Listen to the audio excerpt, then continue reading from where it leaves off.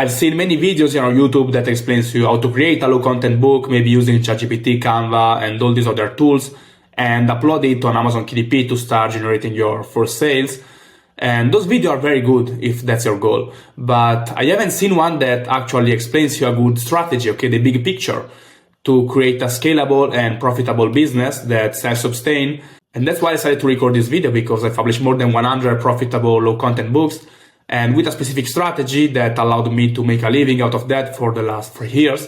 So let's get started with the actual video. Let's make my image smaller.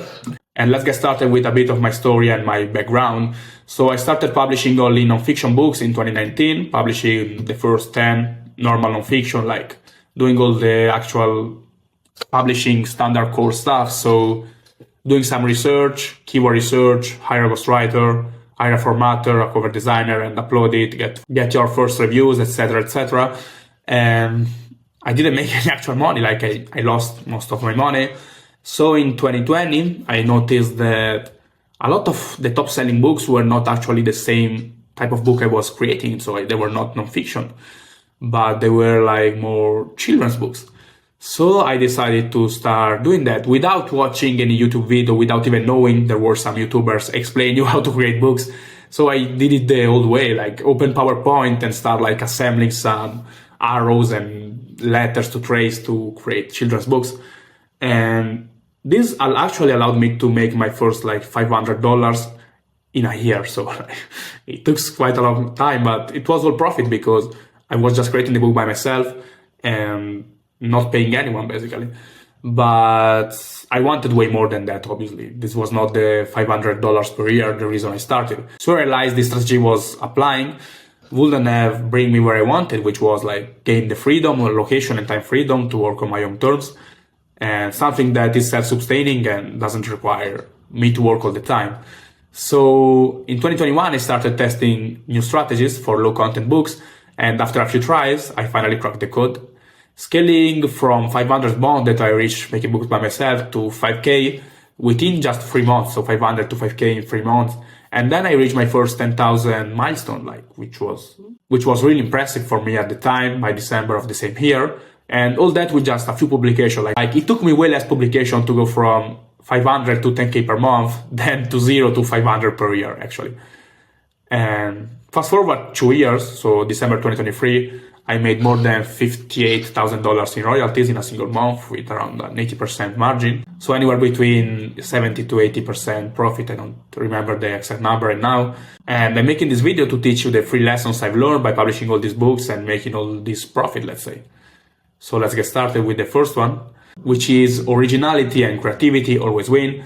And there is not a 100% standard copy-paste strategy to create a winning product. You will need to actually apply your own intelligence and add your own touch to everything you make. And being like the copy of the copy will not bring you anywhere. So to make everything more clear, I brought you an example of a generic and an original thing. This is like the copy of the copy of the copy of another book. And I'm sorry, Ed DePaul, if you were watching this video, but it had nothing special to it, okay? Like, why should people buy this instead of another one that has hundreds of reviews and has a better cover and is made by a trusted author or publishing house?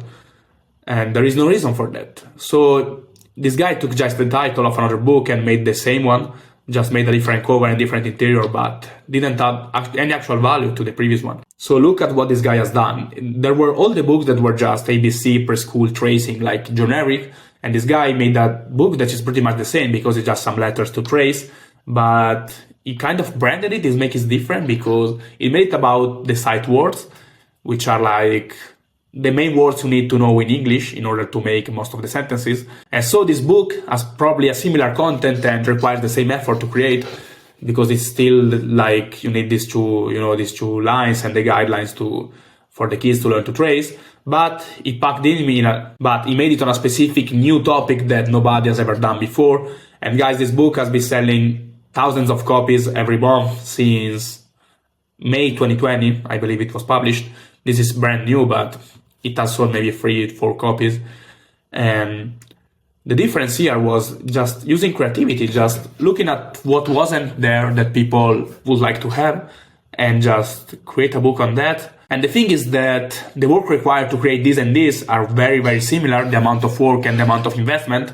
But this guy maybe spent like a few hours more in researching. This book covered his life expenses for years and years and years from just one idea that he had, like, because he spent a few hours more researching than this, for example. This is no rocket science. You can literally do the same that this book has done. And just by observing how he has done it, you can learn a lot. And there are many books out there like this. So a way to learn how to be more creative and think outside of the box is just to go on Amazon and observe what books like this have done. And at some point, you will start having similar ideas.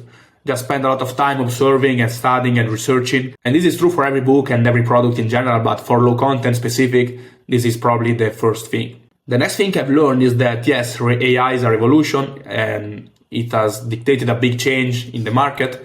But strategy, the actual strategy you apply, and the human mind are still the main factors.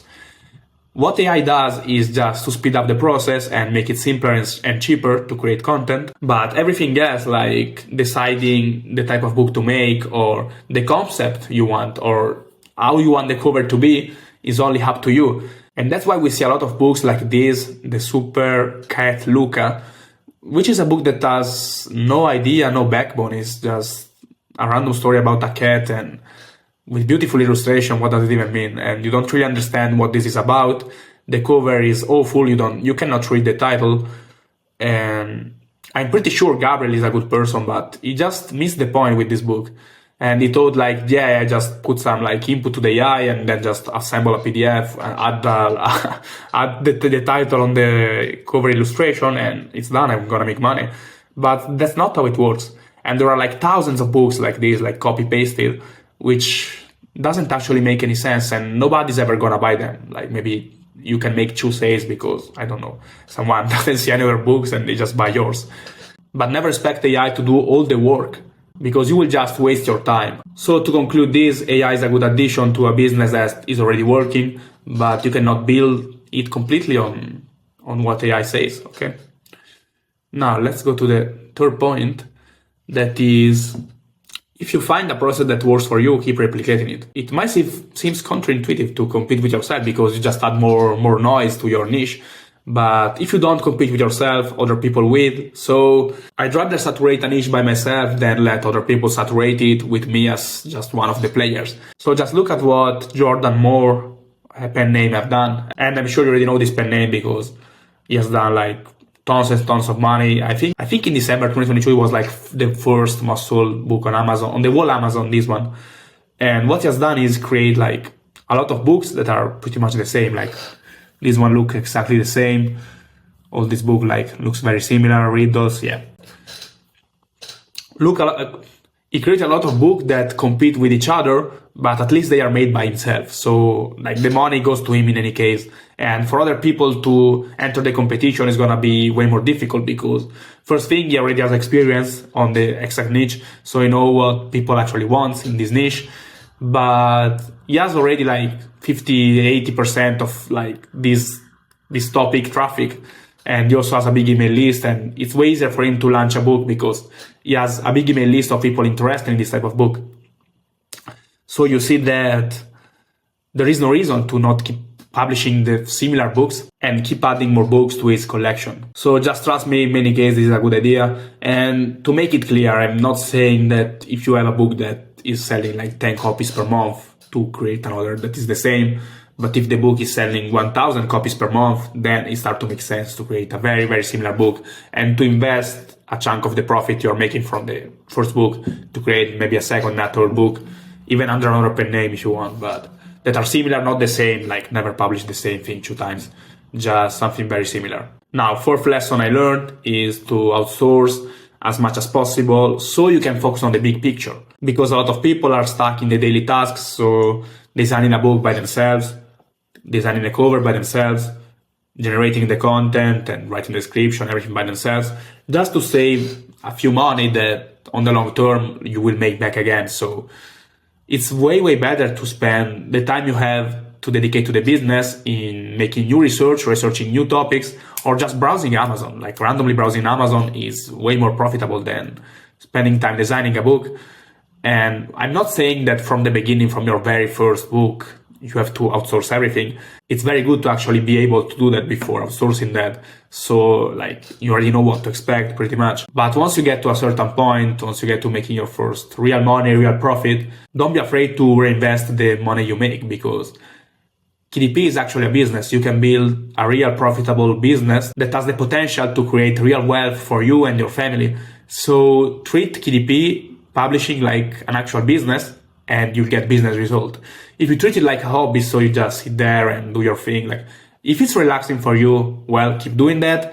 Keep designing the books by yourself. If you are an illustrator and you want to make illustrations for coloring book by yourself, and it's relaxing for you and you enjoy doing that, then keep doing that. But the thing is, if you treat it like a hobby, it's very hard to obtain business results. Okay, that's the main point. So just learn how to outsource, because it's a skill and you have to train it. You will not be able from the beginning, but after a while it will become way easier, and you will have way more time to focus on the next move rather than on the daily task. Okay, this is very, very important. Now, for this video, I've said everything I wanted to say. I already told you the main thing I've learned about the low content books world and what I've learned making hundreds of thousands of dollars out of low content books.